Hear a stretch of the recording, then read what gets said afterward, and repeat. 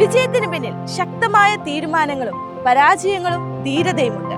ബിസിനസ്സിലെ ഉയരങ്ങൾ കീഴടക്കി നിൽക്കുമ്പോഴും ഈശോയിൽ ഉറച്ച വിശ്വാസത്തോടെ ജീവിതം നയിക്കുന്ന ഒരു മനുഷ്യൻ. തീരുമാനങ്ങളിൽ പ്രാർത്ഥനയും വിജയത്തിൽ നന്ദിയും പരാജയങ്ങളിൽ ദൈവവിശ്വാസവും കാത്തു സൂക്ഷിക്കുന്ന ടിൻസു മാത്യു.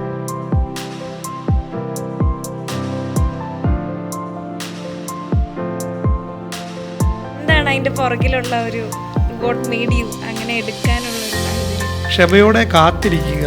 അതിൽ ആദ്യം നമ്മൾ ആ കൊള്ളാവുന്ന കേൾക്കുമ്പം ചെയ്യാൻ ആരെക്കൊണ്ടും പറ്റും. വീണ്ടും വീണ്ടും അത് റിപ്പീറ്റ് ചെയ്യുക എന്നുള്ളത് വളരെ ഇമ്പോർട്ടൻ്റ് ആണ്.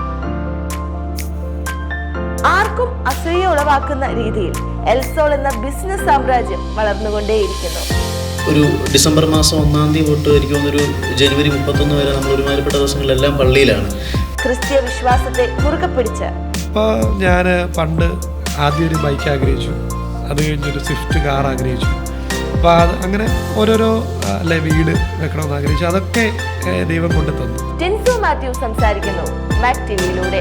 നമ്മുടെ ജീവിതത്തിൽ നിന്ന് പിന്മാറിയവരെല്ലാം, ഒരു ലക്ഷ്യത്തിൽ നിന്ന് പിന്മാറിയവരെല്ലാം നിങ്ങളുടെ വിജയത്തിൻ്റെ സെക്കൻഡ് ലാസ്റ്റ് സ്റ്റേജിൽ നിന്നാണ് പിന്മാറിയത്.